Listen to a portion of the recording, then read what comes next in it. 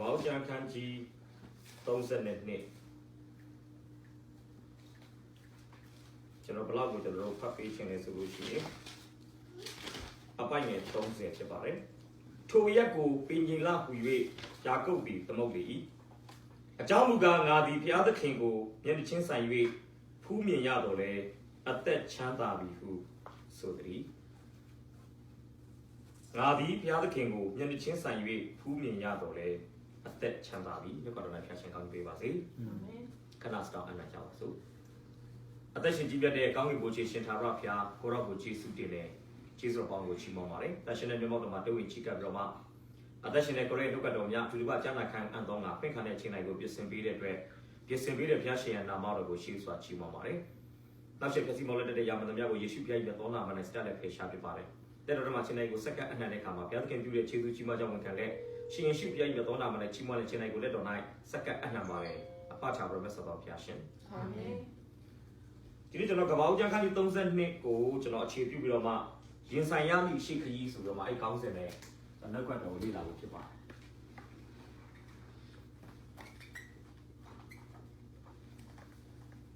။ရှိရပါမယ်။ရှိမရှိ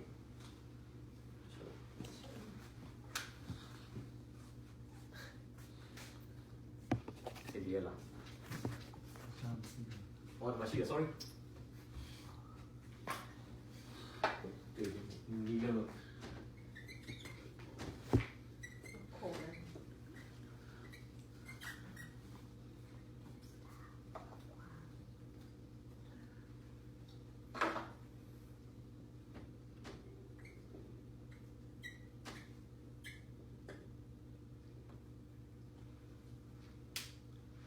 ကဘာ31ကနေ32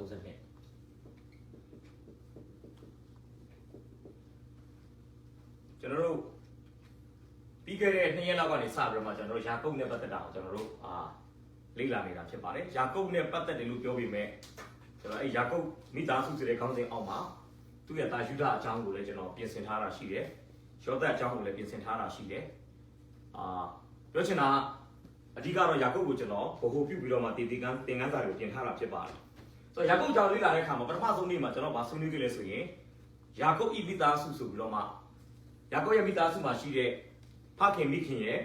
သူတို့ညီကိုအမွာ2ယောက်ရဲ့ဂျားထဲမှာရှိတဲ့မိမိရဲ့စိတ်အလိုကိုလိုက်တဲ့အရာတွေကျွန်တော်ဆွေးနွေးခဲ့ကျမ်းစာလည်းပြောတာဟုတ်အသက်ကိုကယ်မယ်ဆိုရင်အသက်ရှုံးမယ်အသက်အရှုံးခံရင်အသက်ကိုကယ်မယ်လို့ပြောတဲ့အခါမှာသူတို့မိသားစု4ယောက်လုံးစိတ်ပိုင်းဆိုင်ရာအသက်တာကိုဦးစားပေးမိတဲ့အတွက်ကြောင့်ဝိညာဉ်ပိုင်းဆိုင်ရာမှာကောင်းချီးမင်္ဂလာတွေသူတို့ဆုံးရှုံးတာတွေကိုသူတို့ရင်ဆိုင်ခဲ့ရတယ်ဆိုတော့ကျွန်တော်ယာကုပ်မိသားစုကြောင့်ပြောပြီးတဲ့အခါမှာကျွန်တော်ကဘာဦး28မှာကျွန်တော်ဘာဆွေးနွေးခဲ့လဲဆိုရင်အစပြောက်သူနဲ့အစပြုသူအိမ်ကထွက်ပြေးလာယာကုပ်ရန်ကိုအခြေအနေဆိုးနေပြီဘယ်ကနေဘယ်လိုသူ့ဘဝသက်တော်ပြန်စရမှန်းမသိဘူးအဲ့ချိန်မှာဘုရားကသူ့ကိုယာကုပ်လေကားဆိုတဲ့အိမ်မက်မှာမြင်ရတဲ့အဖြစ်အားဖြင့်ဘုရားကသူ့ကိုပြန်ပြီးစတင်ဆက်သွယ်တယ်ဒါကျွန်တော်ဘာဆွေးနွေးခဲ့လဲဘုရားသခင်ဟာအသစ်သောအစပြုသူဖြစ်တယ်ဆိုတာကျွန်တော်ဆွေးနွေးခဲ့တာဖြစ်ပါတယ်ဆိုတော့အဲ့ဒါလေးလာပြီးတော့မှကျွန်တော်တို့ဘာအကြောင်းဆွေးနွေးခဲ့လဲဆိုရင်ရောက်ကတိဖြစ်တဲ့လာပိုင်းအိမ်မှာရောက်ပြီးတော့မှမိမ2ယောက်ရောက်ဖို့အတွက်14နှစ်ဥစ္စာပစ္စည်းတွေရောက်ဖို့အတွက်6နှစ်သူကျွန်ခံပြီးတော့နောက်ဆုံးဥစ္စာပစ္စည်းတွေချမ်းသာလာတဲ့အခါမှာရောက်ကတိကသူ့ပေါ်မှာမကြည်ဖြူတဲ့အတွက်ကြောင့်သူ့မိမတွေနဲ့တိုင်ပင်ပြီးတော့မှသူဒီဦးလေးလာပိုင်းရှိတဲ့အရက်ဒေတာကိုစွန့်ခွာပြီးမွေးရမြေကိုပြန်ဖို့အတွက်ဖြစ်လာတယ်မနေ့ကကျွန်တော်ဆွေးနွေးခဲ့တယ်။ဆွေးနွေးခဲ့လဲဆိုရင်ပါဝင်ပတ်သက်သောဘုရားသခင်ဟာကျွန်တော်အသက်တာကိုစိတ်ဝင်စားတယ်ကျွန်တော်အသက်တာရဲ့အခန်းကဏ္ဍတွေမှာပါဝင်ပတ်သက်ခြင်းနဲ့ဘုရားဖြစ်တယ်ဆိုတော့ယာကုပ်ကိုလည်းဦးလေးကမကြည်ဖြူတော့တဲ့အချိန်မှာဘုရားကငါဟာဗေဒလအရရဲ့ဘုရားဆိုတော့မှသူ့ကိုပြန်လဲဆက်သွယ်ပြီးတော့မှဘိုးဘတိုင်းပြည်ကိုပြန်ဖို့အတွက်သူ့ကိုညွှန်ကြားတယ်ဆိုတော့ကျမ်းစာမှာတွေ့ရတယ်ဆိုတော့သူထွက်ပြေးလာပြီမနေ့ကကျွန်တော်ဆွေးနွေးခဲ့တယ်ဘုရားသခင်ကပါဝင်ပတ်သက်တယ်ဘုရားသခင်ကဘလို့အခန်းကဏ္ဍတွေမှာပါဝင်ပတ်သက်လဲဘုရားသခင်ဒီလမ်းညွှန်မှုအဖြစ်ပါဝင်ပတ်သက်တယ်ဖျားသခင်သည်အကာအကွယ်ပေးခြင်းအဖြစ်ပါဝင်ပတ်သက်တယ်။ဖျားသခင်သည်အဆုံးဖြတ်ပေးခြင်းအဖြစ်ပါဝင်ပတ်သက်တယ်ဆိုပြီးကျွန်တော်ဆွေးနွေးခဲ့တာဖြစ်ပါတယ်။ဆိုတော့အနောက်ကလိုက်လာတဲ့သူ့ရောက်ကတိဖြစ်တဲ့လာဗန်ရဲ့လက်ကတော့လွတ်သွားပြီမဲ့အရှိမဘာလို့ရှိနေလဲဆိုရင်ခန္ဓာမီမှာအေတော်ရှိနေတာဖြစ်ပါတယ်။အေတော်နဲ့ရင်ဆိုင်ရတော့အဲ့တော့ကျွန်တော်ဗကောင်းစင်တက်တာရင်ဆိုင်ရမယ့်ရှိခီ ဘာလဲဆိုရင်အေးတော့နဲ့ရင်ဆိုင်ရမယ်သူ့ရဲ့အနေအထားဖြစ်ပါတယ်ကဲနံပါတ်1ကိုကျွန်တော်တက်ရနံပါတ်1ခေါင်းစဉ်ကိုရင်ဆိုင်ရမယ်အသက်တာရဲ့အနာဂတ်ခရီးစဉ်အသက်တာရဲ့အရှိမရှိနေတဲ့အရာတွေကိုယာကုပ်ကရင်ဆိုင်တဲ့အခါမှာပထမဆုံးခံစားချက်ဖြစ်ရင်ဆိုင်ခြင်း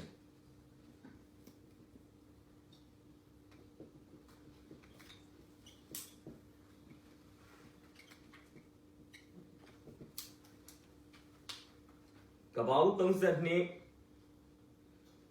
3ကနေ8ကြည့်ဖို့ဖြစ်တယ်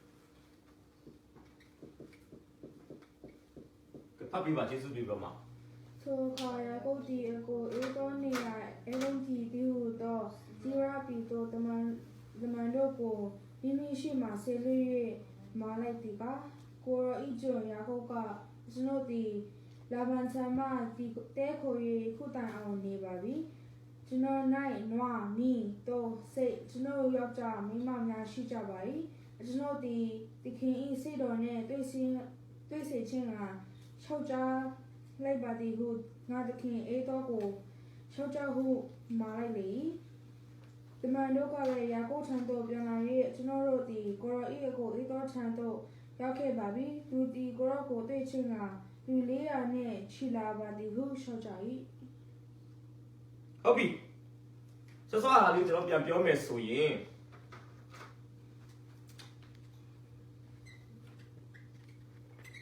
အနောက်ကနေလိုက်လာပြီးအသက်တာကိုအန်တရယ်ပေးဖို့ရှိတဲ့လာဗန်ရဲ့လက်ကနေသူလွတ်သွားပြီ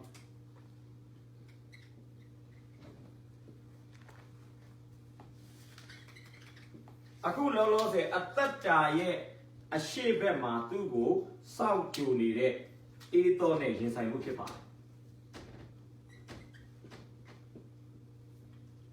ဒါကတော့အေးတော်ဖြစ်တယ်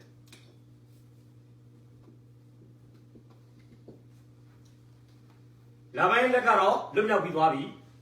ဒါပေမဲ့တိုက်ပွဲတစ်ပွဲကိုသူဘုရားခင်မဆာမှုကပြီးအောင်မြင်သွားပြီနောက်ထပ်တိုက်ပွဲတစ်ပွဲတိုက်ဖို့ဖြစ်တယ်ဘယ်လိုလဲရင်ဆိုင်ရမလဲအေးတော့ဟုတ်မနော်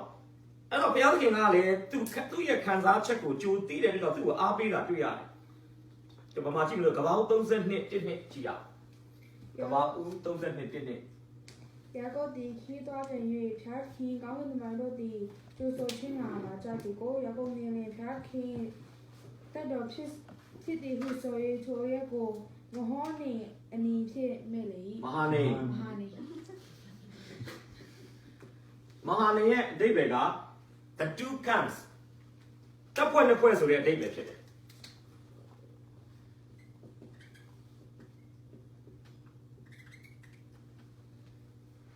ပြောချင်တာက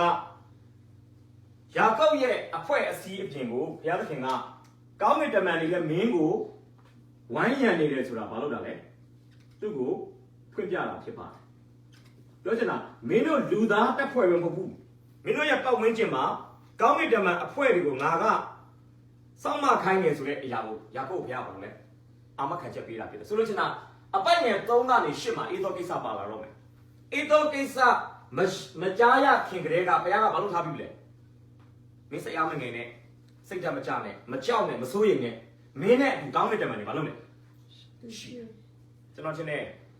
သူတို့အယောက်1000အုပ်ဆိုရင်ကောင်းတဲ့တမန်လေးကျွန်တော်ချင်းနဲ့အပါ1000လောက်သူတို့မြင်ပါလိမ့်မယ်ပြောချင်တာကလည်းမင်းတို့တယောက်ချင်းစီကိုငါကအသေးစိတ်ကာကွယ်စောက်ရှောက်နေတယ်အမှကောင်းတဲ့တမန်နဲ့ပတ်သက်တဲ့အရာကျွန်တော်နည်းနည်းလေးပေါ်ပြမယ်ဒီပြည့်တစ်စလေးကောင်းတဲ့တမန်နဲ့ပတ်သက်ပြီးတော့မှကျမ်းစာကပြောထားတဲ့ဟာဒီပြည့်တစ်စလေးဖတ်ကြည့်အောင်ကောင်းကင်တမန်များတို့ကကဲတင်တော်မူခြင်းကျေးဇူးကိုအမွေခံရတဲ့တော်သူတို့ကိုပြုစုစေခြင်းကဆလိုတော်မူသောအစေခံတဲ့ဝိညာဉ်ဖြစ်ဘာဖြစ်လဲ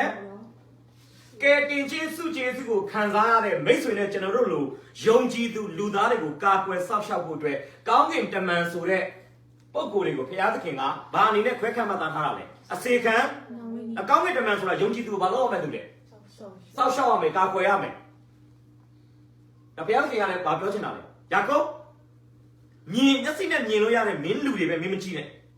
မင်းရဲ့ပတ်ဝန်းကျင်မှာမျက်စိနဲ့မြင်လို့ရတဲ့ငါရဲ့တတ်တော်ငါရဲ့ဘိုးချေဘာဖြစ်လဲကျွန်တော်တို့ဒီနေ့ကိုဒီနေ့အားပေးဖို့လိုတယ်နော် ခရီးသွားတယ်မဆိုတယောက်ချင်းဆိုတယောက်ချင်းပုံဘူးနော်ဘာဖြစ်လဲညင်လို့မရတဲ့ကောင်းကင်တမန်နဲ့ကျွန်တော်အသက်တာဘာလုပ်လဲကွယ်ကားစောက်ရှောက်နေဆိုတာတတိချက်စီခဲ့ကဲကြည့်အောင်စာလံ34ခွန်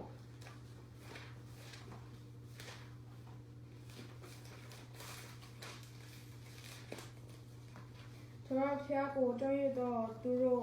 ပတ်လည်နဲ့ကောင်းကင်တမန်တို့သည်တက်ချရဲ့ကဲလို့တက်ကြ၏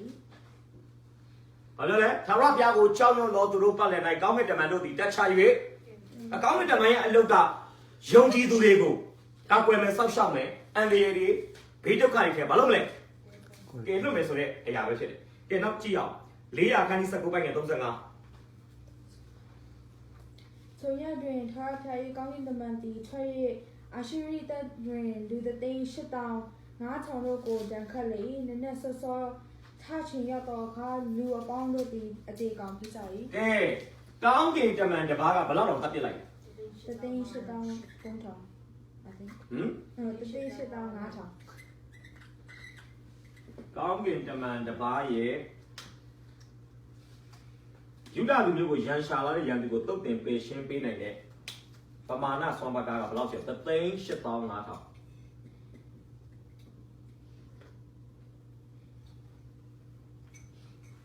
အဲ့တော့ကျွန်တော်နည်းနည်းလေးချပြချင်တာရှိတယ်ရှင်မသက်ခရစ်ဝင်ကျမ်းခန်းကြီး26ပိုင်းငယ်53မာသဲ26 53ဒီကနေကြည့်ရအောင်မာသဲ26 53ဒီခုပင်ငါဖကိုငါတောင်းနိုင်ဒီကို၎င်းတောင်းလေကောင်းကင်တမန်30နှစ်တက်မကငါထန်တော့ဆယ်လို့တော့မီကို၎င်းတင်းနေမချင်းတလို့ကောင်းကင်တမန်ဘယ်လောက်လဲအလုံးဘယ်လောက်လဲ12တက်12တက်လို့ပဲပြောလား12တက်ချက်မကလားဟုတ်တယ်ဒါဂေသရှင်မဥယျာဉ်မှာယေရှုမကြခင်လာဖမ်းတော့မယ်ပေတရုဥစားလည်းတပည့်တော်တွေကဘာလုပ်နေပြီလဲသူတို့လက်နက်တွေပြင်ဆင်ပြီးတော့အထူးတစ်ပြစ်တော့ဒါနှစ်စင်းကိုရှင်ရှုလာပြတော့ဘာလို့ရှင်တာလဲသူတို့ကဒါနဲ့ဘာလို့ရှင်လဲခုခံရှင်တာဒါခရစ်တော်ကပြောတယ်ငါအလိုရှိရင်ငါခမဲတော်ထံမှာဘာလုပ်လို့ရလဲကောင်းကင်တမန်12တက်ချက်မကအဲ့ညမှာကောင်းကင်တမန်12တက်ချက်မက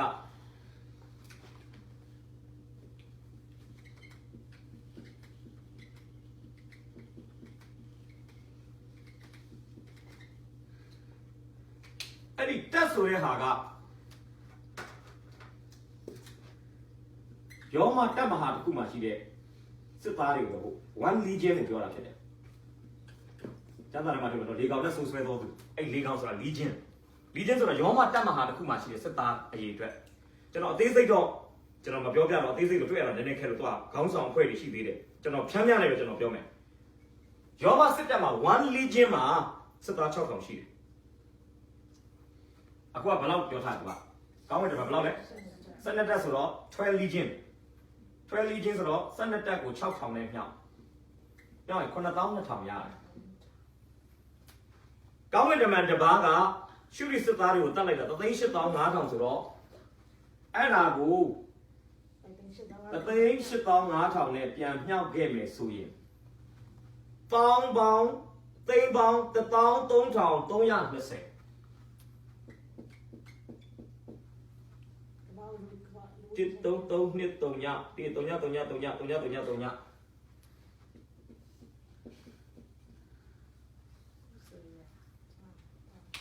ဟုတ်နော်ခုစေရထောင်းသိန်းတိုင်း1.3 billion 73 billion ကျွန်တော်တို့သိန်း billion သိန်း1000ခုစေရထောင်းတန်းဖြစ်ပါနော်billion တန်း1000ဖြစ်လား billion 1.3 billion နှစ်3ည3ညကနမောက်စမှာပြောလို့ရှိရင်ကနမောက်စတာမနိုင်တော့ဘူးနော်အီးတွေပဲထွက်လာတာဟိုလေဟိုသင်ချာကနန်းလေးအဲ့ဒါနဲ့ပြောလိုက်ရင်သူကဟိုနေဖြစ်တာ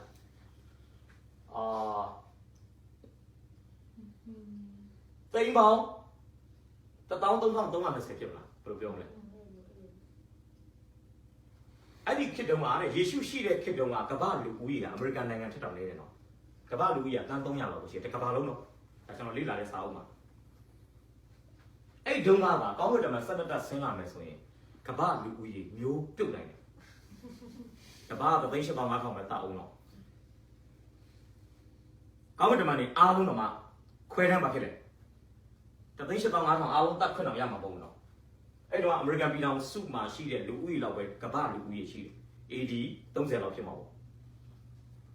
အခုဆိုတန်း9000ဖြစ်တော့ကျွန်တော်ချင်းကြောအောင်မယ်နော်တန်း9000အခုဒီမှာတန်း1000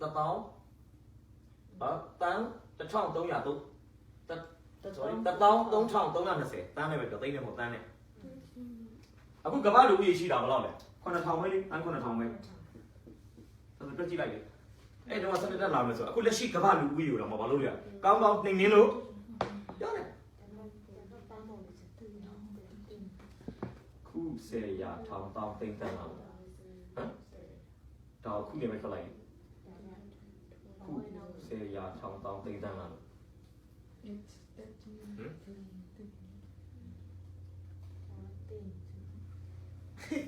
အဲ့တော့ဘယ်လိုထွက်လဲတန်းပေါင်း1330တန်းပဲရှိတယ်1300နော်တန်းပေါင်း1300နေတာပေါ့9000ကျော်နေနော်ဟုတ်ပြီဘယ်လိုဝါတင်းနော်တင်းမှာတန်းကျွန်တော်ဒါယူလိုက်တယ်ခု10ရာထောင်တောင်းသိမ့်တန်းခုဘယ်ကနေသွားမှာလဲခုသူများ6လုံးကတင်းဖြစ်နေနော်အေးတန်းထွက်တာ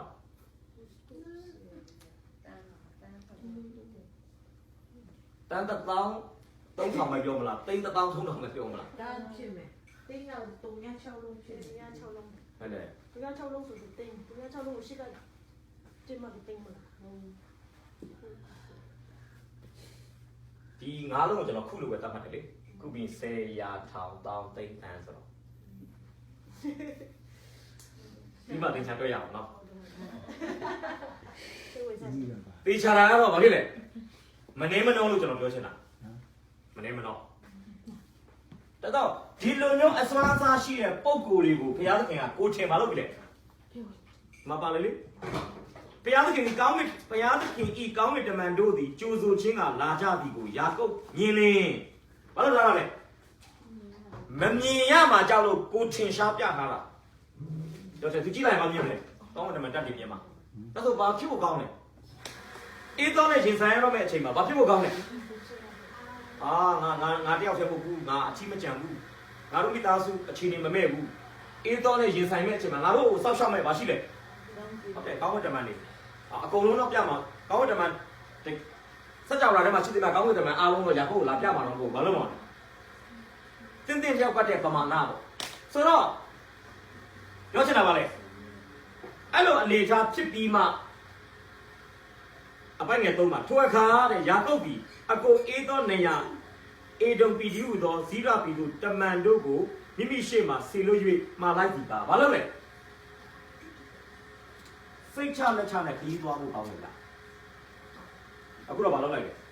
ကိုကအနောက်မှာနေခဲ့ပြီးလူလွတ်ပြီးတော့မှဘဒုကိုသွားဘဒုရဲ့အနေထားကိုသွားပြီးစနေနာဟုတ်တယ်အဲ့ဒါပြဿနာတမန်များကိုသူစီလွတ်တယ်ဘာနဲ့သွားကြည့်လဲဆိုရင်မောရှေဥဆောင်တဲ့ဣသရေလလူမျိုးတွေခါနန်ပြည်ရောက်တဲ့အခါမှာဘုရားကဘာပြောလဲသိန်းလို့ပြောတာဘုရားကဂျန်ခန်းကြီးတက်မှာ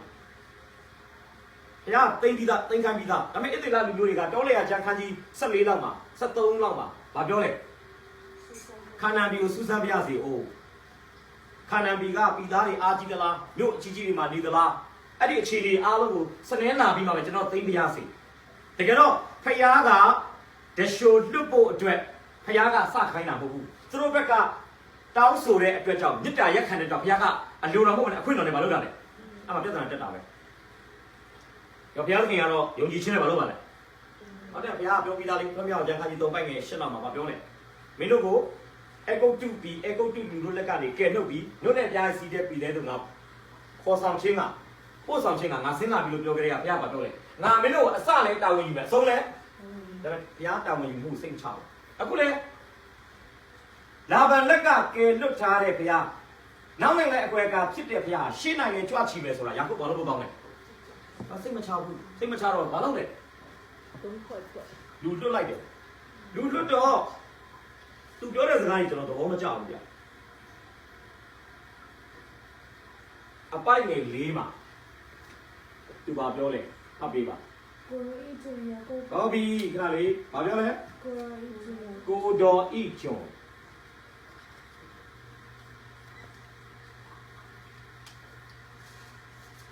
နိုင်ရှင်ပြီးကျွန်တော်ဖတ်စီချင်တာရှိပါတယ်ကဘာဦးချံအခန်းကြီး25အပိုက်ငယ်23ကဘာဦး25 23နဲ့အဲ့ဒါကိုနိုင်ရှင်ပြီးဖတ်စီချင်တယ် ခရခကလည်းတေးဝမ်တွင်နဲ့လူမျိုးမျိုးရှိတေးဝမ်ချင်းကခြားတော့လူစုကိုဟွာရလိမ့်မည်လူတစ်မျိုးတည်းအမျိုးချက်အားကြီးလိမ့်မည်အကြီးတည်းအငယ်၌ရှင်ခံရလိမ့် လိုက်ဆိုပြပါအကြီးသည် အကြီးတည်း အငယ်၌ အငယ်၌ကျွန်ခံရလိမ့်မည် ရှင်ခံရလိမ့်မည် ဒါဆိုရင်ကျွန်ဖြစ်မှာဘာဖြစ်မှာလဲကြားစာအရဆိုရင် အကြီး ဒါပေမဲ့အကြီးအေးသောကျွန်ဖြစ်မယ်တကယ်တော့အကြီးအေးသောပုံမှာအုပ်ဆုံးခွင့်ရမှာကယာကုပ်တော့ဆိုရင်ဘုရားသခင်ရဲ့နှလုံးသားထဲမှာတတ်မှတ်တဲ့တတ်မှတ်ချက်အရဆိုယာကုပ်ကသူ့ကိုယ်တည်းထူးမြတ်မယ်သူ့ကိုယ်တည်းကြီးမြတ်မယ်သူ့ကိုယ်တည်းအယိုက်ရာကြီးမားမယ်အခွင့်အာဏာပိုရှိမယ်ဒါပေမဲ့အခုဘာဖြစ်နေလဲဘုရားရဲ့မဆာချင်းဘုရားသခင်ရဲ့ဂတိတော်ကိုစိတ်မချတဲ့အခါမှာအတောင်းအနှုံးကအစဘုရားသားသမီးမဆန်ဘူးဘယ်လိုတော့လဲ 也不 သူ့ကိုယ်သူဘယ်လိုပြောလဲကိုတော့ကျွန်ဘုရားသခင်နားမှာဘယ်လိုများခံစားမလဲစဉ်းစားကြည့်အကြီးဒီငယ်ကအငယ်ခံမှာကျွန်ခံရမယ်ဆိုရင်နှုတ်ကပတ်တော်ရှိရတာလေသူ့ကိုယ်သူဘယ်လိုပြောလဲ ကျွန်း ကိုတော့ကျွန်ယာကုပ်ပြီးရင်အပိုက်ငယ်ငါကြည့်တော့ကပောင်း35 ကျွန်တော်နဲ့နွားမီတော့စိတ်ကျွန်တော်ယောက်ျားမိန်းမများရှိကြပါ၏ကျွန်တော်ဒီခင်စိတ်တော်နဲ့တွေ့စေခြင်းက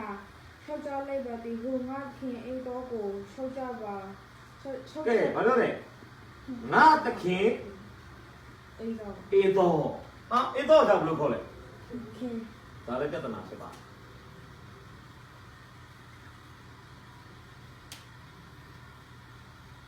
ကိုရိုက်ရအောင်ဖြစ်လဲ ရှော့ ကိုရိုက်ရကိုမသိဘူးဆိုတော့ဒါကြောင့်ကျွန်တော်တို့ကဘုရားသခင်ပေါ်မှာကျွန်တော်တို့စိတ်မချရင်ဘုရားရဲ့နှုတ်ကပတ်တော်ပေါ်မှာကျွန်တော်တို့တန်တရားရှိတယ်ဆိုရင်ကျွန်တော်ယုံကြည်သူတယောက်ရဲ့အသက်တာကမလုံးတင်တာတွေလုံးပြီးနိုင်တယ်မပြောတင်တာတွေဘာဖြစ်လဲကိုတော့ကျွန်ဘာပြောလဲငါသခင်အေးတော့ကဲအပိုင်နဲ့ခொနဲ့တဘော30နှစ်ခွန် ထိုခါရကုတ်ဒီအလွန်ကြောက်ရွံ့စိတ်ပူပန်နေမိမိတွင်ဘာတော့လူစုတော့စိတ်စုနွားစုကလာအုပ်များတို့ကို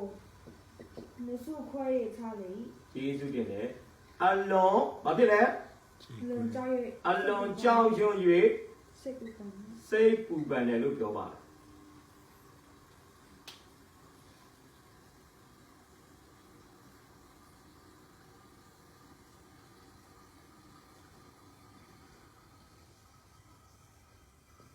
ဘာလို့စိတ်ပူပန်တာလဲ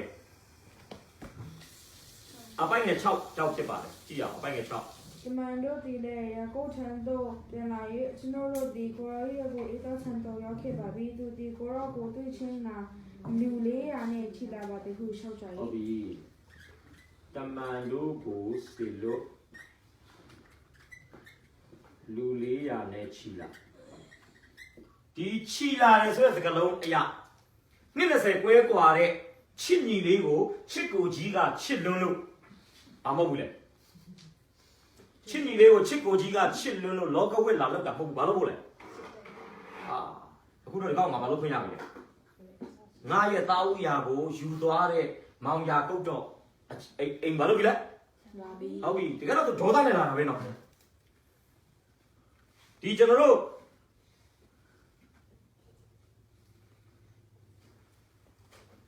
နောက်ခံသမိုင်းစာအုပ်အရာဆိုရင်ကျွန်တော်အချိန်ရရင်တော့အေးသောအကြောင်းလေးကျွန်တော်ပြောချင်ပါတယ်အေးသောနဲ့ပတ်သက်ပြီးကျွန်တော်မှလည်း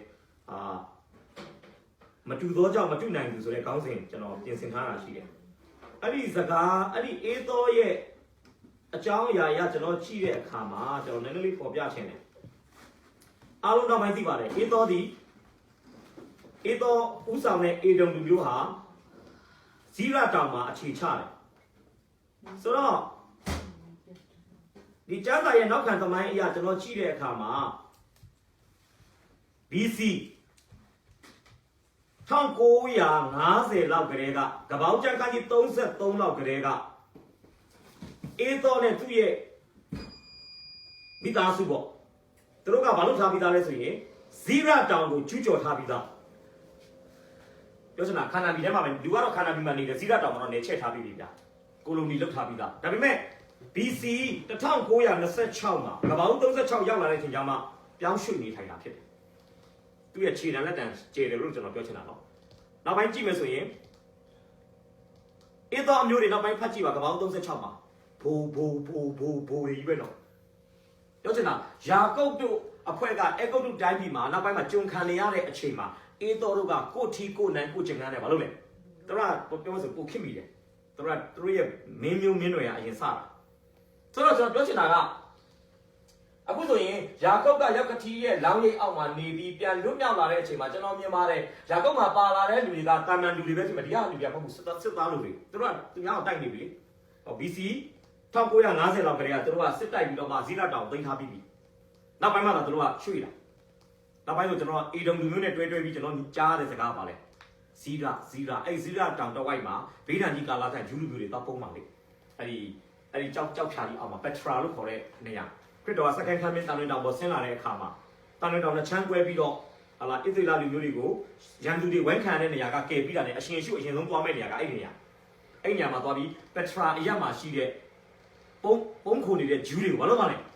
အဲ့အေဒုံပြီပဲအခုအေသောရဲ့နေရာတော့အကျမ်းစာကတော့ကြိုပြောထားတယ်เนาะဒါပေမဲ့ကျွန်တော်ထင်တယ်အန်တီခရစ်ဥဆောင်တဲ့အဖွဲ့တွေလည်းမျက်စိအမှောင်ဖုံးခံရမယ်တဲ့တူတယ်သူတို့သာသိလို့တော့ဘေးဒဏ်ကြီးကာလာမှာအဲ့ကြောက်ဖြာတွေရှိနေမှာဘာလို့လဲဂျူးတွေကိုသွားရှာပြီးဖမ်းလိုက်ရုံပဲလေဟုတ်ကျေးဇူးတော်ခင်မှာတဲဥဆရာတွေဘာလို့နေတာပဲလဲဒီအကြောင်းကအများကြီးတရားဟောနေတာပဲဒါပေမဲ့ဘုရားလှုပ်ထားရင်အံ့ဩစရာနော်ဘုရားကသူတို့ကိုမမြင်အောင်ထိချုပ်ထားရင်ဘာဖြစ်လဲညင်လို့ကျမ်းစာဖတ်ပြီးမျက်စိချုပ်ပါပဲနားကြားပြီးတော့လေတရားဟောချက်တွေနားထောင်နေလေနားကန်းနေနိုင်တယ်ကြဆိုတော့အေသောဖွဲ့လူ400နဲ့ချီလာတယ်ကြောက်တော့ဘာလုပ်လဲအပိုက်ငယ်ခုနှစ်မှာခုနကတော့အပိုက်ငယ်ခုနှစ်မှာ你那边把多လူစုတော့စိတ်စုနွားစုပလာအုပ်များတော့ကိုမစုခွဲဟုတ်ပြီ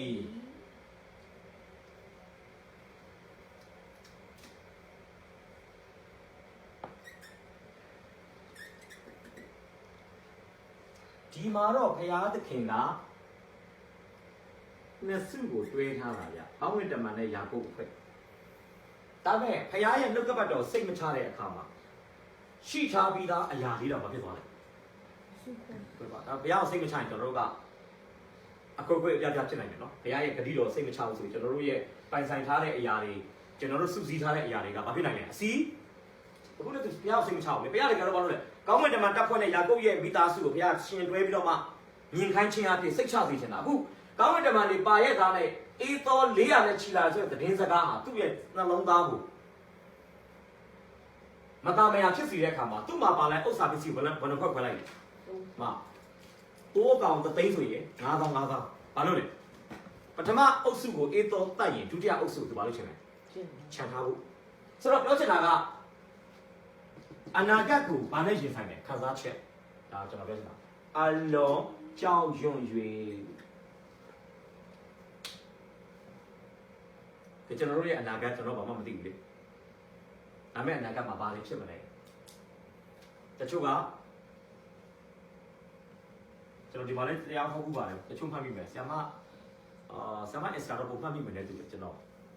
ဆရာမနွန်တဲလို့မှတ်မိမလားကျွန်တော်ပြောနေတာဒီကိုလံဘီယာမှာလည်းကျွန်တော်ပြောတယ်တချို့ကမဖြစ်သေးတဲ့ဟာကိုကြိုပြီးပါဖြစ်တယ်ကြောက်တဲ့ကြိုကြောက်ယောဘဆိုဘာကြောက်လဲငါသားသမီးတွေတည်များတည်ခဲ့မယ်ဆိုရင်ငါခန္ဓာကိုယ်မှာအနစိမ်းများပေါက်များမဖြစ်သေးဘူးတွေးပြီးပါဖြစ်နေတယ်တချို့ကဘာစဉ်းစားလဲအိမ်တော်ဦးစီးဘုံတော်ဝင်စားသွားရင်ငါဘယ်လိုညာအိမ်တော်ဦးစီးကဘေးနားမှာထင်းစားနေတယ်မဟုတ်လို့ကြည့်တယ်အိမ်တော်ဦးစီးခေါင်းဝသမီးတွေဖြူလာကိုကြည့်တယ်အိမ်တော်ဦးစီးရဲ့တွန့်နေတဲ့ပြည်ကိုကြည့်နေတချို့ကလေးတွေရှိတယ်လေကျွန်တော်တပည့်မတယောက်ပြောသလိုလေဆရာကြီးကျမလူမန်းတိတက်စားအရွယ်ထမင်းစားတဲ့အချိန်မှာကျမအဖေရီတိုင်းမှာကျမအဖေပါစက်ထဲမှာသွားတစ်ချောင်းမှမရှိတော့ဘူးဖေရတက်ရမ်းကြည့်တော့ဘူးချက် မောင်နှမတွေအများကြီးတည်းမှာ तू ကအငယ်ဆုံးပြောချင်တာသူ့ဖေနဲ့အမေနဲ့လည်းအသက်ကွာတယ်ဗျာသူ့အမေရဲ့အသက်လည်းသူ့ဖေတဲ့အများကြီးငယ်တယ်နောက်သားသမီးတွေမှာ तू ကအငယ်ဆုံးပြောချင်တာအဖေကိုကြည့်လိုက်လို့ရှိရင်အနာဂတ်တောက်တယ်လို့ပါဖြစ်တယ်အဖေကိုကြည့်လိုက်လို့အဖေကတန်တန်မမငငယ်ရွယ်ရွယ်ဆိုတော့ငါအဖေကငါအများကြီးဒီခုလို့ကြည့်လိုက်ရင်အဖေရဲ့တက်တန်းကတိတ်မကြံတော့တဲ့ပုံစံမျိုးဗျာအဲ့ဆိုသားသမီးနေရာမှာနေကြည့်လိုက်ဘာဖြစ်လဲဒါဆိုစကားရှိရလေဗါလဲအဖေသားသမီးကစားတော့အဖေကခါကုံသားသမီးကစားတော့လို့ပြောတာအဖေကဘာဖြစ်နေလဲတချို့ဆိုရင်သားသမီးကမြေးရွယ်လောက်ဖြစ်တယ်လေသိနော်ဟိုယာကုပ်ကြောင့်ပြောလိုက်မှကျွန်တော်ပြောတယ်လေယာကုပ်ကအသက်62နှစ်အရွယ်မှာယောသတ်ကိုရတာအဲ့ဆိုတော့သားဖွားမြောက်ကဘာဖြစ်လဲဟာအသက်ရမ်းกว่าဆိုတော့ဒါကြောင့်အနာဂတ်ရှစ်ခရီးကိုခံစားချက်နဲ့ကြောက်တယ်ညွန့်တယ်တတိမရှိတော့ဘူးရင်ချင်းမရှိတော့ဘူးဆိုတဲ့ဟာလည်းမရင်ဆိုင်ပါနဲ့ဒါကတော့ဘာနဲ့ရင်ဆိုင်လို့ကောင်းလဲဖယားသခင်ပြသတဲ့ယူပါယုံတွေဖယားသခင်ပေးထားတဲ့ confirmation လို့ခေါ်တဲ့ယုံကြည်စိတ်ချမှုတွေလည်းဘာလို့လဲရင်ချင်းနဲ့အနာဂတ်ကိုဘာလို့ကောင်းလဲတကယ်တော့ဒီမဟာနေဆိုတဲ့အရာကယာကုပ်ကိုတကယ်တော့ဟေးမင်းသူကလူ400နဲ့ချီတာလေငါမှတစ်ဖွဲ့ငါမှဘာဖြစ်လဲမျက်စိနဲ့မြင်လို့ရတဲ့အသွေးသားမဲ့တဲ့ကောင်းကင်တမန်တပ်ဖွဲ့တွေဘာဖြစ်လဲအဲ့ပုံမှာဘုရားကသူ့ကိုရင်ချင်းယူစေချင်တာဟုတ်တော့မဟုတ်ဘူးအေးတော့လူ400နဲ့ချီတာလေဆိုတဲ့စကားကိုတမန်တွေကပြောတဲ့အခါမှာအလွန်ကြောက်ရွံ့၍စိတ်ပူပန်ပြီးမလုတ်တင်တာတွေအဖွဲ့တွေဘာလို့ဖြစ်လဲနှစ်ဖွဲ့ခွဲအားတွေဒါသူလုတ်တာနော်ကဲဒုတိယကိုကျွန်တော်ကြည့်သေးချင်ဒုတိယကကျွန်တော်လူကောင်းတင်ပေးတာညံအားဖြင့်ရင်ဆိုင်ရမယ့်ရှေ့ခရီးကိုပထမခံစားချက်နဲ့ရင်ဆိုင်တယ်ဒုတိယညံအားဖြင့်ရင်ဆိုင်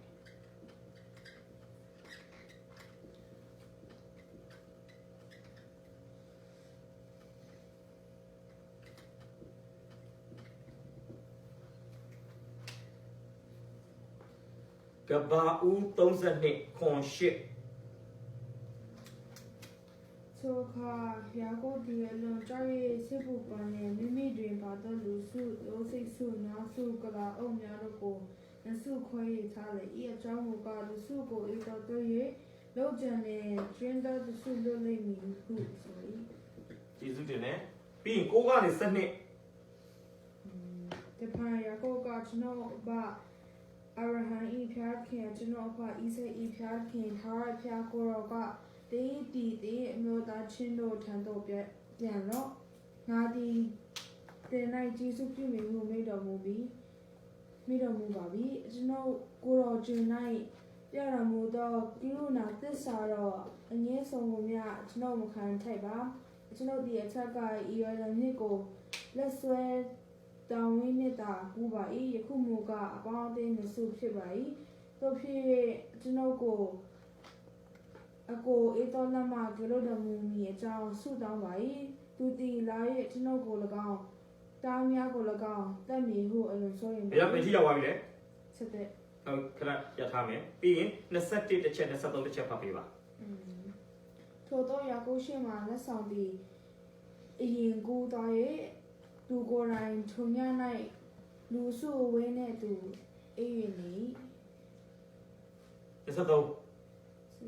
ထို့သောသူတို့ကိုယူ၍မိမိဥစ္စာရှိသမျှနဲ့ဒုက္ခချောင်းတစ်ဘက်ကိုကူးစေပြီးမှကြပြီနော်ဆိုတော့ကျွန်တော်ရေးပြမယ်အပိုင်းငယ်1မှာ32 1မှာကောင်းကင်တမန်များကသူ့ကိုကြိုးဆိုပါတယ်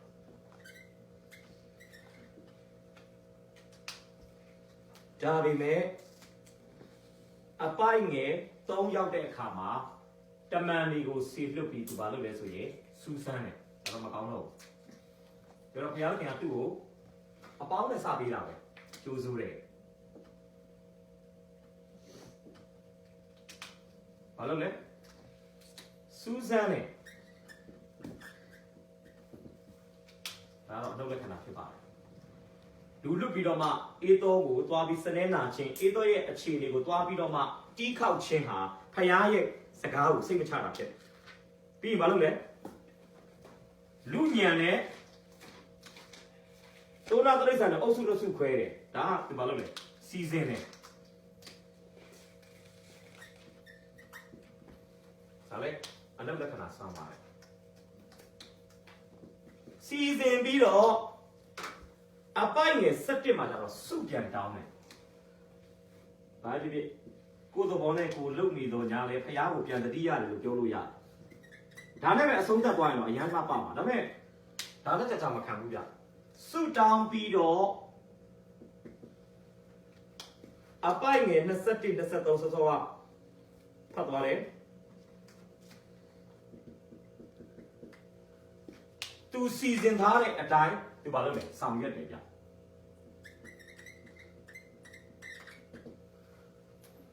ပြောချင်တာဒီတိုင်းပဲသူလုပ်တယ်ဗျပြောမယ်ဆိုရင်စုတောင်းတယ်ဆိုတာကြီးပဲအဖတ်တင်တယ်ဗျကျွန်တော်မြင်တာတော့သူစုတောင်းပေမဲ့တကယ်ရင်ဘတ်ကြီးထဲကနေဘာဖြစ်လဲဟုတ်တယ်တကယ်စုတောင်းတာဖះကိုစိတ်ချတယ်ဆိုရင်ကျွန်တော်ထင်တယ်လူအုံနောင်းနဲ့ဘာဖြစ်လဲစီစဉ်မှုမကောင်းဘူးခုသူကဘာလုပ်လဲဒီမှာအေးတော့လာမယ့်နေရာဆိုပါစို့သူလောက်ထားတဲ့ပုံစံအရှိဆုံးမှာဥစ္စာပစ္စည်းတွေဒီဒုနာတရိษံတွေပေါ့နော်ဥစ္စာပစ္စည်းတွေထားတယ်အဲ့ဒါပြီးတော့မှဂျွန်မ2ယောက်နဲ့သားတွေ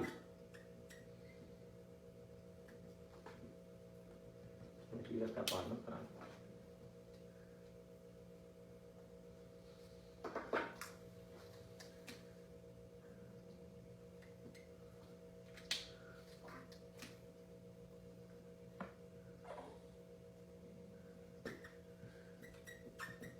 ဥစ္စာ1ရှိမယ်ပြီးရင်ဥစ္စာ2ရှိမယ်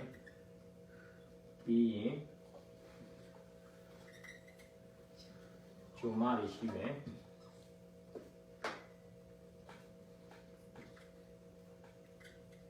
ဂျုံမ2ယောက်နဲ့သားတွေပြီးလို့ရှိရင်လေအာနဲ့သားတွေပြီးလို့ရှိရင်ရာခီလာနဲ့ယောသတ်ပြီးလို့ရှိရင်ချောင်းရှိမယ်ပြီးမှသူတယောက်ထဲပါလို့လေသူ့ရှိမှလူသားတိုင်းနေဒီခေတ်လူတွေလောက်တတ်တဲ့ဟာလေ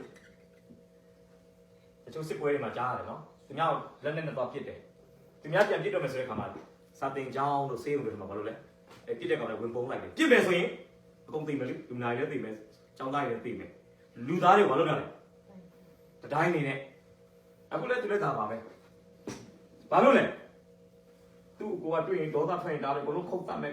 ပြီးတတ်တော့ဆိုတော့သူစီရောက်ရင်စိတ်နဲ့မှဖြစ်ပြီလေစိတ်ပြေသလားတော့အကုန်ပောက်ကွဲပြီးသွားပြီဆိုတော့ယာကုပ်နဲ့တွေ့တဲ့အခါမှာကျွန်တော်ထင်တယ်နည်းနည်းလေးဟိုအေးတော့ရဲ့ကျွန်တော်ထင်တယ်ဟိုတင်းမာနေတဲ့စိတ်တွေခါးတိနေတဲ့စိတ်တွေရော့တန်ပေါင်းရောနိုင်တယ်ဒါသူ့ရဲ့အစီအစဉ်ပေါ့တော့ဒါဆိုရင်ဘာလို့တာလဲသူပုံလောင်းတယ်ကောင်းတော့တွက်ချက်ပြီးတော့ဘာလုပ်တာလဲစီစဉ်တာဆိုတော့ဒါကြောင့်တုတ်တန်356မှာပြောလဲသာရဘုရားကိုစိတ်လုံးလုံးကျွင်းမဲ့ကိုးစားတော့ကိုညံကိုအခုတော့ဘာလုပ်လဲကိုညံတကယ်တော့မဟာနေဆိုတဲ့ကိုသူကိုယ်တိုင်ကျမ်းစာမှာပြောလေယာကုပ်မြင်လေဘုရားသခင်တက်တော်ဖြစ်ပြီးဘူးဆိုပြီးထိုရက်ကိုမဟာနေဖြစ်မဲ့ပြီးကိုမဲ့ထားတဲ့နာမည်တော့ကိုအားမနာဘူးဗျဒါကျွန်တော်လေသားသမီးတွေကိုကျတော့ဂျရက်သာရဘုရားပြင်ဆင်တော်မူမယ်တချို့ကြပါလေသားသမီးတွေကိုရှလုံးမဲ့ထားတာတော့ငါတို့မိသားစုမှာညင်သက်ခြင်းအုပ်ဆိုးပါစေငါတို့မိသားစုလိုအပ်သမျှဘုရားခင်ပြင်ဆင်မယ်တခါကျရင်ကိုယ်ကလေးနာမည်လည်းကိုပြန်အားလာဘူးလို့လေဗျာဘာလို့လဲမဲ့ထားတော့မိသားစုညင်သက်ခြင်းအုပ်ဆိုးဖို့မောင်ရှလုံးလို့မဲ့တယ်နောက်ပိုင်းတော့မိသားစုကပူပန်သလားသားနာမည်ကိုရှလုံးလို့ခေါ်နေနေဘာလို့နေလဲပူပန်အဲ့ဒါတော့တခါကျရင်ဒါတော့ကျွန်တော်ထင်တယ်အဲ့တော့ဟိုကျန်းစာနာမည်တွေမှဲ့ပြီးတော့မှတခါကျရင်လည်းအဲ့နာမည်တွေအားပြီးကိုလည်းမဟုတ်လို့လဲပြန်ပြီး remind လုပ်ဖို့လိုရနော်ဟာငါဒီသားလေးကိုနာမည်မှဲ့တော့ငါဘာယူပါရုံနဲ့မှဲ့ထားတာအခုချိန်မှာတော့ငါသားနာမည်ကငါဟိုဘယ်လိုခေါ်မလဲခေါ်ဖို့လိုအပ်နေလို့သာရှာယုံမရှိတိုင်းခေါ်ပေမဲ့အဲ့ငါသားနာမည်ပေါ်မှာရှိတဲ့တမန်တရားပေါ်မှာငါရက်လဲအဲ့လိုမျိုးဖြစ်မလားစဉ်းစားမယ်ခုတော့နာမည်မှဲ့တယ်လို့ပဲမဟာနေဆိုတော့တတိယရင်ဒါဒီစီစဉ်စာအကြောင်းမရှိဘူးဗျဘုရားစိတ်ခုတော့မလုပ်နဲ့မဟာနေဆိုတာကမဟာနေလို့ပဲစကားအရာပဲပြောလိုက်တာပြီးရင် तू မဲ့ထားတဲ့နာမည်ကိုတော့မှ तू အားမနာဘူးဘာလို့လဲဒါအဲ့လောက်နေတာ ဒါဆိုရင်သူဒီမကြခင်ရောက်လာတော့မဲ့အိတ်တော်နဲ့အပေါင်းပါ400ကိုဘာနဲ့ရင်ဆိုင်မှုကြိုးစားတာလဲဒါချက်တော်မိတ်ဆွေကျွန်တော်ရင်ဆိုင်ရမယ်မနှက်ထန်နေမနှက်ထန်မှာဘာအင်အားစုတွေလာမလဲကျွန်တော်မသိနိုင်ဘူးမနှက်ထန်တဲ့သူကျမကြီးပြဿနာတွေပါလာနိုင်တယ်မနှက်ထန်တဲ့သူငွေရေးချေးပြဿနာတွေပါလာနိုင်တယ်မနှက်ထန်တဲ့သူအိမ်တော်ရေးပြဿနာတွေပါလာနိုင်တယ်မနှက်ထန်တဲ့သူပါလာနိုင်တဲ့ဟာတွေအများကြီးရှိတယ်ဘာနဲ့ရင်ဆိုင်မလဲချိုးကြောက်ပြီးရင်ဆိုင်မလားကုန်စည်လုံးတွေတက်လို့ရှိရင်ငါရဲ့လစာလေး2ပဲ6ပြားနဲ့တက်လာတဲ့ကုန်စည်လုံးတွေငါဘလို့ရင်ဆိုင်မလဲတချို့ကကြောက်နေတယ်နော်ကျွန်တော်တို့လည်းစင်ကုန်မှုရှိတယ်နောက်နေ့ကျွန်တော်ဒါ10တန်းတက်မယ်ငွေကြီးရစင်ကုန်မှုကြီးကြီးပဲကျွန်တော်တော့ကတော့ရက်တီဖို့ပဲကျွန်တော်ဇနီးတဲ့နဲ့ကျွန်တော်စကားပြောတဲ့ခါမှာများတယ်တော့သူအတွက်ကုန်မဲ့ဟာတွေအဲ့ခါမှာလောက်ကတော်ပေါ်မှာပြန်ရက်တီဖို့ပဲဟိုလာစာတစ်ခုထဲနဲ့ဆိုမှဖြစ်တယ်လောက်မှမဖြစ်နိုင်ဘူးကြာဒါပေမဲ့လာစာထဲကြီးတယ်ပါရှိတယ်ဒါကျွန်တော်ကဖျားသခင်ကြီးကျွန်တော်အတိတ်ထက်ကြီးတယ်ဖျားသခင်ကြီးဟာလားကျွန်တော်ပြဿနာလည်းကြီးတယ်အဲ့ဒါကတော့စံသဘောတရားအရာတော့ကြီးခိုင်းနေတယ်ဖျားတကယ်နှစ်ဖူးတွေဒူးတွေတွေ့တဲ့အခါမှာဘာဖြစ်သွားလဲတမန်တရားပေါ်မှာမရက်ကြည့်ဘူးဗျဒါကျွန်တော်အရေးကြီးတာဘာအရေးကြီးလဲကာကကြရင်ကျွန်တော်ညီကိုတယောက်ပြောသလိုပေါ့ကျွန်တော်လာရှိုးဘက်မှာကျွန်တော်ကျန်းစာသွားတင်တယ်ပြီးခဲ့တဲ့မေလာကကျွန်တော်လာရှိုးလိုက်သွားတာဟုတ်လာရှိုးဒီအေးမီလီဖွဲ့လာရှိုးလိုက်ပြီးတော့မှအေးမီလီဖွဲ့တွေကနေဘက်မှာအေးမီလီထွက်တယ်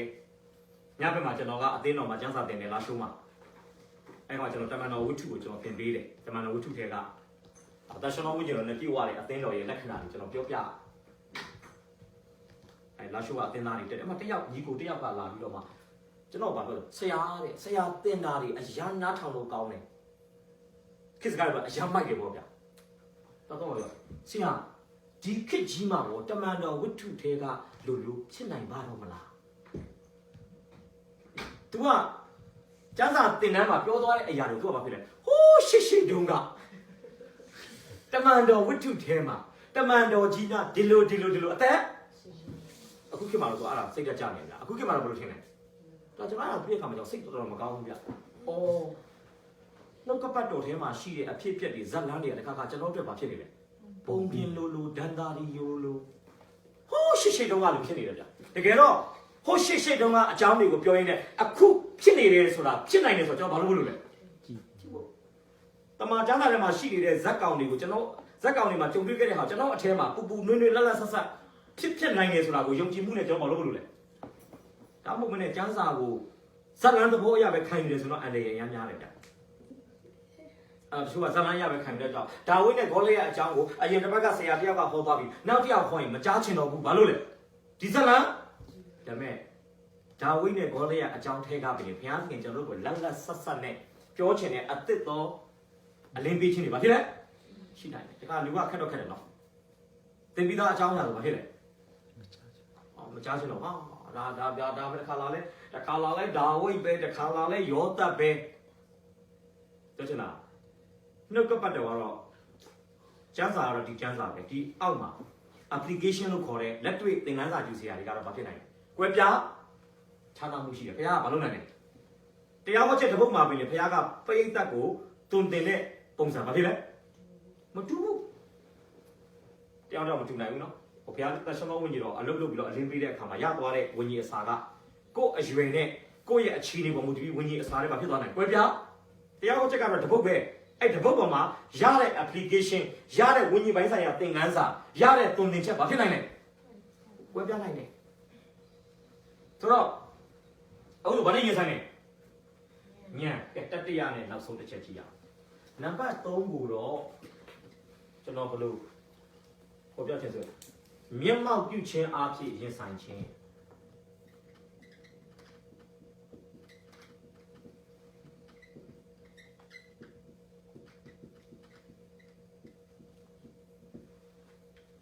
ကပောက်32 23ကနေ32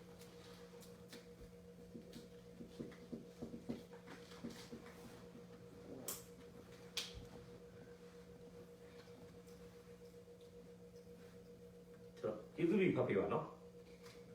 နည်းနည်းတော့များတယ်အဲ့ဆိုရင်ဘလောက်အရင်တစ်ဖြတ်လေးအရင်ဖတ်ရအောင်29ထိဖတ်လိုက်23 29တင်စီကြီးသွားရ၌ပေးမရှိ ထိုသူတို့ကိုယူရပြီးဥစ္စာရှိတဲ့ပြတဲ့တကွာချောင်းတစ်ဖက်သို့ကူးစိတ်ပြီးမှရာကုတ်တီတယောက်ထဲနေ၍လူတီဦးဒီဘိုးလင်းတိတိုင်အောင်သူနဲ့လုံးထွေးလေထိုသူသည်မိမိမနှုံးမှန်းကိုတိလင် မနိုင်မှန်းကို မနိုင်မှန်းကိုတိလင်ရာကုတ်ပေါင်ချမ်းကိုထိုး ပေါင်ချံကို ထိုး၍လုံးထွေးစီစင်တွင်ပေါင်စစ်ပြုတ်လေထိုသူကလည်းဘာကိုလွတ်ပါဘိုးလင်းဆက်ရှိပြီဟုဆိုလင်းရာကုတ်ကကိုတော်သည်အကျွန်ုပ်ကိုကောင်းကြီးမပေးလင်မသွားရဟုဆို၏ထိုသူကလည်းတင်းအမိကအဘယ်သို့နည်းဟုမေးလေရာကုတ်ဖြစ်ပါသည်ဟုပြန်ဆို ယေ ၏ ရှုတင်တယ်ကျွန်တော်အသင်းတော်မှာအခုတော့ American ပြည်တော်စုကိုရောက်နေပြီကျွန်တော်ကချင်းတိုင်းရင်းသားတွေကအသင်းလူကြီးတယောက်ရှိတယ်သူညီမတွေဆိုလဲကျွန်တော်အသင်းတော်မှာမြောက်ဘက်ကုန်းအသင်းတော်မှာပါဝင်ခဲ့ဘူးတဲ့သူကတစ်ခေါက်ကျွန်တော်အသင်းတော်ရဲ့စာဆောင်မှာသူကဘာအကြောင်းကြီးလဲဆိုရင်ထော့ဂျိုးရာကုတ်သူရဲ့စာဆောင်ထဲမှာရေးထားတဲ့ဗာလဲသတင်းဘာလဲသတင်းစကားရဲ့ခေါင်းစဉ်ပေါ့ထော့ဂျိုးရာကုတ်သူ့ရဲ့ဝိညာဉ်ပိုင်းစာပုံနေချင်အမှတော့ဗာလို့ဆိုရင်တကယ်တော့တဲ့ရာကုတ်ကဖျားခင်မှန်းသိလို့တပန်းလုံးတာမဟုတ်ဘူးတဲ့သူကမိသားစုတွေကိုရှေ့မှာလူသားတိုင်းအနေနဲ့ပို့ထားပြီးမဲ့သူအေးတော့နဲ့တွေ့ရမယ်မနှက်ဖြံကိုအရာဆိုးရင်တော့အားကြီးလို့သူကဘာဖြစ်လဲကြက်အိတ်တခါကျွန်တော်ခီးထွက်မယ်ဆိုဖြစ်တယ်နော်ကြက်အိတ်ချက်လုံးယိုးလိုက်အိတ်လိုက်ယိုးလိုက်အိတ်လိုက်ဟိုမနှုံးမှာဘာဖြစ်လဲမနှုံးမှာအရင်ကြောက်တာဟိုအထူးဖြင့်မနေ့စောစောဒေစိတ်ဆင်းရမယ့်ဟာမျိုးတွေဗျာဟိုညနေ3နာရီတွေကတော့ ECC လေးဟိုမနေ့စောစော4နာရီလောက်ပြီးတော့အရောက်သွားမှာပဲဆိုမလွယ်ဘူးဟိုရာကုတ်လေရာကုတ်အဲ့လိုမျိုးကြက်အိတ်ကြက်လို့ပုံစံမျိုးဆိုရင်ကြောက်ကြတဲ့အခါမှာတဲ့ခုနကသူနဲ့တပန်းလုံးနဲ့ကောင်းတဲ့ကမန်ကျမ်းစာထဲမှာတော့ဘုရားသခင်လို့လည်းသုံးတယ်သူကဘယ်လိုလဲဆိုအေးသောအထင်နဲ့မလုပ်လိုက်လေစီစဉ်ထားတာအရှိရောက်လာတာအနောက်ကနေရောက်လာတာနော်အမှတညလုံးနောက်တရားဟောဆရာတပီ YSB ကပြောလို့ဆိုရင်ကျွန်တော်ပို့ပွေတဲ့ဘုရားဟာတဲ့ကျွန်တော်တို့ဖြစ်ပျက်နေတဲ့အခြေအနေပုံကိုဒီပြီးကျွန်တော်တို့ထင်ရှားတယ်အာဗြဟံတစ်ချိန်လုံးခီးထွက်တယ်ခီးသွားဧည့်သည်အဲ့တော့အာဗြဟံအိမ်ကိုယေရှုဘုရားကောင်းကင်တမန်နှစ်ပါးနဲ့လူအသွင်တိုင်းနဲ့ရောက်လာတဲ့အခါမှာခီးသွားဧည့်သည်တွေနဲ့ရောက်လာတယ်ဘာလို့လဲတစ်ချိန်လုံးခီးသွားတာကိုယောရှုစစ်တိုက်တယ်စစ်သူကြီးယောရှုမဆာအခန်းကြီး9လောက်မှာယောရှုကိုယေရှုခရစ်တော်အဲ့ဒါကျွန်တော်ခရစ်စတိုဖာနီလို့ခေါ်တယ်ခရစ်စတိုဖာနီဆိုတာလူသားတိမခံခင်မှာခရစ်တော်ဒီကောင်းကင်တမန်တပါးကဲဆိုဘာလို့လဲထင်ရှားလေးရှိတယ်လာထင်ရှားတဲ့အခါမှာဘာလို့လဲစစ်သူကြီးထိုနည်းတူဦးယာကုပ်အချိန်လုံးနဲ့ဖန်တတ်တယ်ဗျာကျွန်တော်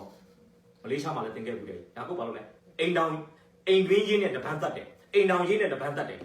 စီးပွားရေးနဲ့တပန်းတတ်တယ်သေရှင်ရင်းနဲ့နောက်ဆုံးမှ final မှာဘယ်သူနဲ့တွေ့လဲ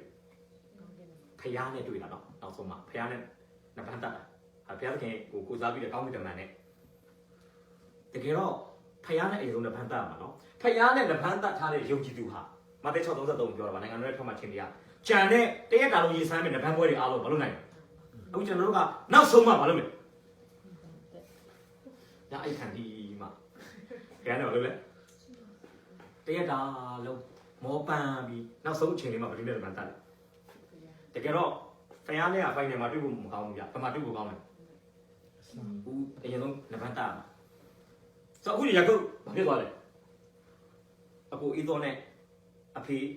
အီဇက်နဲ့ဗာလဲအိမ်တွင်းရေးတားပေါ်မှာအိမ်တွင်းမှာနဗန်တက်ခဲ့တယ်သူနိုင်တလူလူရှိတယ်အိမ်အောင်ရေးဘာလို့လဲသူ့ရောက်ကြည့်လို့လဲနိုင်တလူလူရှိတယ်ပြီးစီးပွားရေးအပြောက်ကြားတွေကသူ့အကောင်ဖြစ်ကုန်တယ်လေနိုင်တယ်လို့နောက်သေးရှင်ရေးသေးချက်ခုလာဘန်တဲ့ကိစ္စအေးတော်တဲ့ကိစ္စတော့သူဘာနဲ့နံပါတ်တက်နေတာလဲသေးရှင်ရေးနဲ့အကြောက်တရားဟောဆရာ WYSB ကဘာပြောဘူးလဲဆိုရင်ယာကုပ်လွတ်မြောက်ဖို့လိုနေတာအေးတော်ရဲ့လက်ကပုတ်ဘူးလေယာကုပ်လွတ်မြောက်ဖို့လိုနေတာသူ့ကိုသူရဲ့လက်ကနေလွတ်မြောက်ဖို့လိုနေတာဒါကြောင့် तू ကကိုရဲ့အတ္တစိတ်ရဲ့ကိုယ်ပိုင်အကျဉ်းသားဖြစ်နေတာတခါကျွန်တော်တို့ကအထက်ကိုယ်တိုင်ရဲ့လက်ကနေကိုကမလွတ်မြောက်နိုင်ဘူးနော်ကိုယ့်ရဲ့စီမံကိန်းတွေကိုယ့်ရဲ့စိုးရိမ်မှုတွေကိုယ့်ရဲ့အကြံဉာဏ်တွေထဲမှာကိုကအချင်းကျနေတာအဲ့ထဲမှာပဲခံစားနေတာနော်အဲ့ထဲထွက်ဖို့လိုတယ်ဗျတကယ်တော့အပြင်ကအေးသောတို့လာဗန်တို့ယာကုပ်ကိုပြဿနာပေးနိုင်တာတဲ့ယာကုပ်ရဲ့အတွင်းသဘောကပဲယာကုပ်ကိုပြဿနာမလုပ်နိုင်ဘူးပေးနေတာဒီအထက်ကတိုက်ပွဲကနေမလွတ်မြောက်ရင်အပြင်တိုက်ပွဲတွေကလွတ်မြောက်တာကအရာထင်မှာမဟုတ်ဘူးအထက်လွတ်မြောက်ရင်တော့အပြင်တိုက်ပွဲတွေကဘာမှ ပမာဏပြုစရာမရှိတော့ဘူးကြည့်ရအောင်ကပောင်း28 17အားရနေလေးကြည့်ကြရှင်နော်ကပောင်း28 17ပြီးရင်ကဘာဦး32 31 တရားတော့အိမ်မက်မူကမြေကြီးပေါ်နိုင်လေကထောင်လျက် ဟမ်28 17ဟုတ်လား အခုတော့ရေတို့ရောရေကိုတော့ကြောက်ညကိုမစင်းရဲ့ချက် ရပြီကျေးဇူးတင်တယ်တစုံ ခုတော့ရေတို့ တစုံတစ်ခုတော့အရက်တကုံတစ်ခုတော့အရက်တို့ရောက်တဲ့အခါမှာတမာကျမ်းစာကဘယ်လိုမိုးချုပ်တယ်လို့ပြောပါ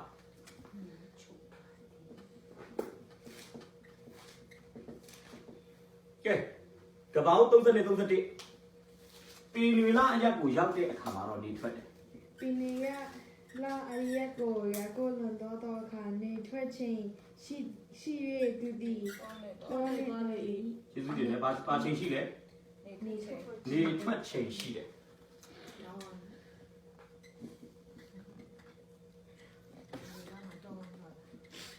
နေ ပေး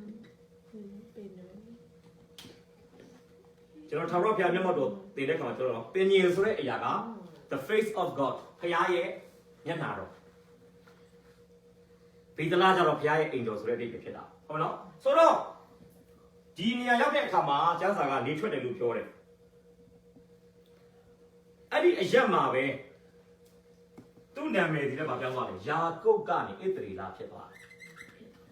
ဒီဣသရေလဆိုတဲ့နာမည်ရဲ့အဓိပ္ပာယ်အများကြီးကိုကျွန်တော်မပြောတော့ကျွန်တော်အနှစ်သက်ဆုံးတစ်ခုပဲကျမ်းစာပညာရှင်တွေအဓိပ္ပာယ်ဖွင့်တာတော့အများကြီးပဲယာကုပ်က he deceived သူလိမ်လည်လက်ထားတယ်ဆိုတဲ့အဓိပ္ပာယ်ဣသရေလကြတော့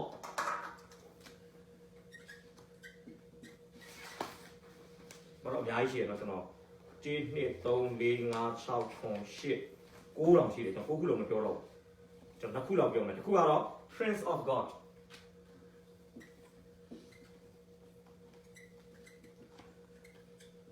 ဘုရားသခင်မင်းသားဘုရားသခင်အိမ်ရှိဆံ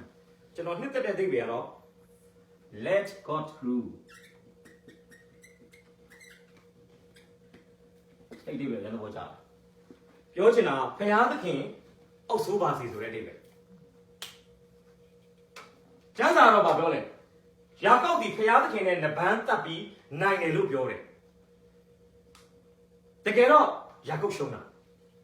ယာကုပ်ဘု து ကိုရှုံးပေးလိုက်ရတယ်နဗန်းတက်တဲ့အချိန်မှာသူ့ပေါင်စစ်ကိုကောင်းကင်တမန်ဘာလုပ်လိုက်လဲချုပ်လိုက်ဒါတော့ယာကုပ်ကဒုက္ခိတဖြစ်သွားတာအဲ့ယာကုပ်အမတန်မှမာကျော်ခက်ထန်တဲ့ယာကုပ်ဘုရားသခင်ရှေ့မှာရှုံးနှိပ်သွားပြီးတော့သူ့အရှုံးကိုသူသဘောပေါက်သွားတဲ့အချိန်မှာဖခင်ကယာကုပ်ကိုအနိုင်ပေးလိုက်တာဖြစ်တယ်ဟာလေလုယာဒါကျွန်တော်တို့ဖခင်သခင်ရှေ့မှာလက်နက်ချအရှုံးပေးတဲ့ယုံကြည်သူတိုင်းကိုဖခင်သခင်ကအောင်မြင်တဲ့သူအနိုင်ရတဲ့သူလို့ဘာလို့လဲတတ်ပါဒါရတော့ဘယ်လိုထင်လဲဖခင်ကိုယာကုပ်ဒါကောင်းကင်တမန်ဘယ်လိုနိုင်ပါလဲစဉ်းစားကြည့်လေဖခင်သခင်နဲ့ပြန်ပြီးနိုင်ပြီလို့ကျမ်းစာပြောတဲ့အခါမှာဘာကိုပြောချင်တာလဲယာကုပ်ဖခင်ကိုအရှုံးပေးလိုက်တဲ့အတွက်ကြောင့်ဖခင်ကသူ့တက်တာမှာအုပ်စိုးခွင့်ပေးလိုက်တဲ့တော့သူကအောင်နိုင်သူဖြစ်သွားဖခင်ကိုဒူးမထောက်လက်မမြောက်တို့ညကျွန်တော်တို့ကရှုံးနေတဲ့သူပဲဒါပေမဲ့ကျွန်တော်မတက်နိုင်တော့ဘူးကျွန်မမတက်နိုင်တော့ဘူးကျွန်တော်ကိုရောလက်ထဲမှာပဲပြောမစင်တော့မတက်ပြန်အေးတော့နဲ့ရင်ဆိုင်ကိုသွားပြီလေချစ်တော့ကောင်းရင်သူထွက်ပြေးကောင်းထွက်ပြေးနိုင်တယ်အခုတော့ဘာမှလုပ်လို့မရတော့ဘူးဗျာသူကအရာခသိန်းကိုဖခင်သခင်ထိန်းချုပ်တာကိုဝန်ခံရုံမှတပါဘာဖြစ်လဲ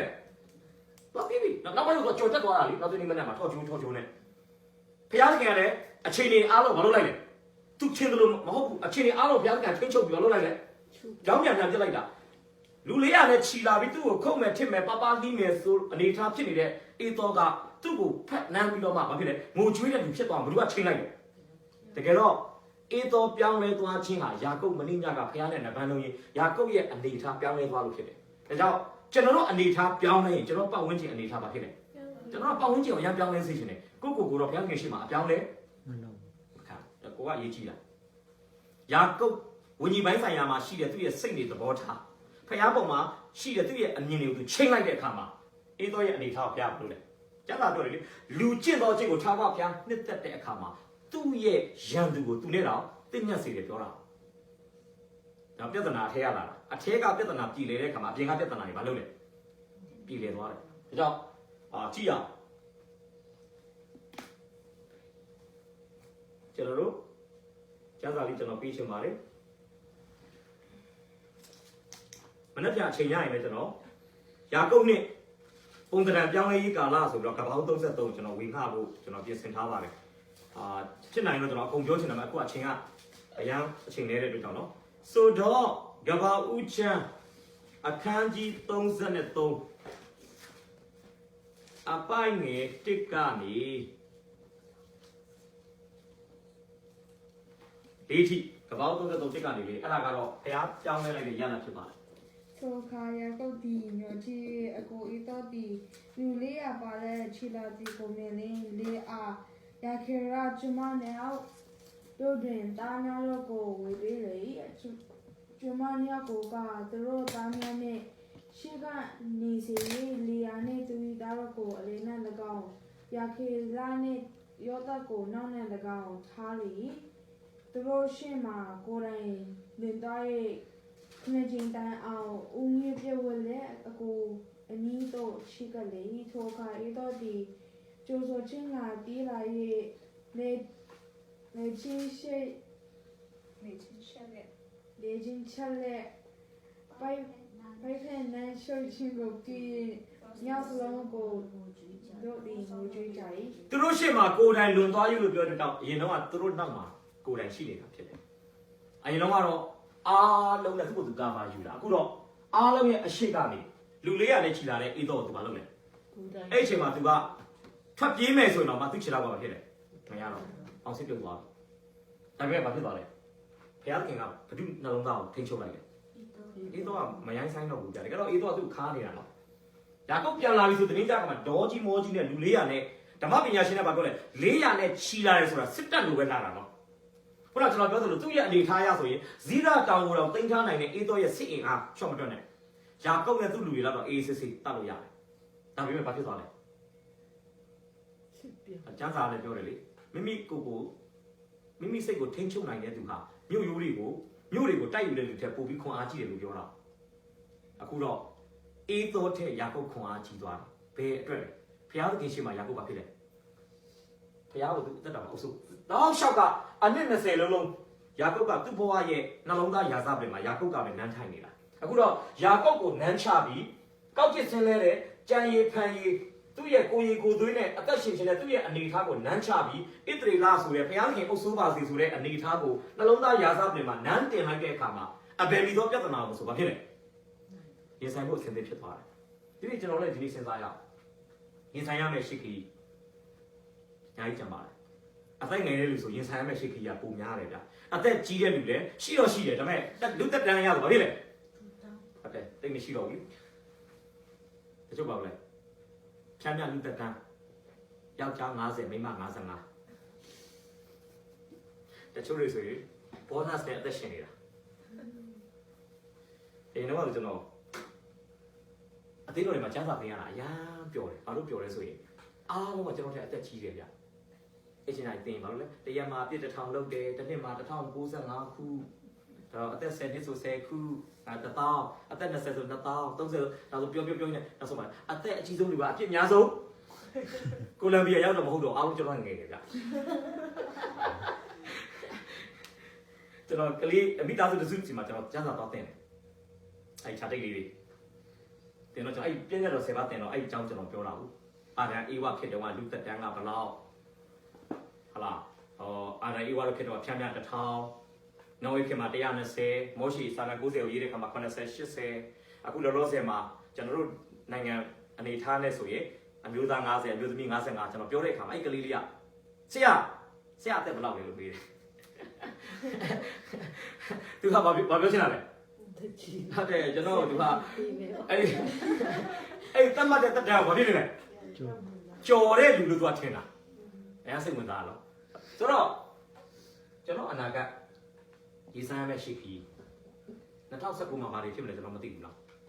2019ကကျွန်တော်အရှိမမြင်ရတဲ့ပကြီးကတစ်ချက်တွေပဲနော် အဲကြောင့်ကျွန်တော်တို့ကမနှက်ဖြန်တိုင်းဖြန်တိုင်းကိုမလုပ်လို့လေဖျားကိုမျက်မှောက်ပြုချင်တယ်ရင်ဆိုင်ဖို့လိုပါတယ်တခြားနဲ့တော့မလုပ်ပါနဲ့တခြားနဲ့တော့မရနိုင်ဖျားသခင်နဲ့မျက်မှောက်ပြုခြင်းကလည်းအနာဂတ်ကိုရင်ဆိုင်ဖို့အကောင်းဆုံးသောဝိညာဉ်ပိုင်းဆိုင်ရာအခြေအနေကိုပြင်ဆင်ပေးတာဖြစ်ပါတယ်ဒါကြောင့်ခံစားချက်တွေလည်းရှေ့ခီးကိုမင်းဆိုင်ပါနဲ့ညံနဲ့လည်းရှေ့ခီးကိုမင်းဆိုင်ပါနဲ့မျက်မှောက်ပြုခြင်းအပြင်ရှေ့ခီးကိုရင်ဆိုင်ရာပုတ်ကဲ့သို့အားလုံးကိုကြော်တက်ပြီးတော့ရင်ဆိုင်ခွင့်ရခဲ့တယ်လို့ကျွန်တော်တက်တာမှာလည်းရင်ဆိုင်နိုင်တဲ့သူတွေဖြစ်စေဖို့ကျွန်တော်တို့ကတော့အဖြစ်တိုက်တွန်းအားပေးချင်ပါတယ်။ကြောက်တိုင်းမှာဖျားရှင်ကောင်းကြီးပေးပါစေ။ခဏလေးစတော့အနံ့ကိုဖြစ်ပါတယ်။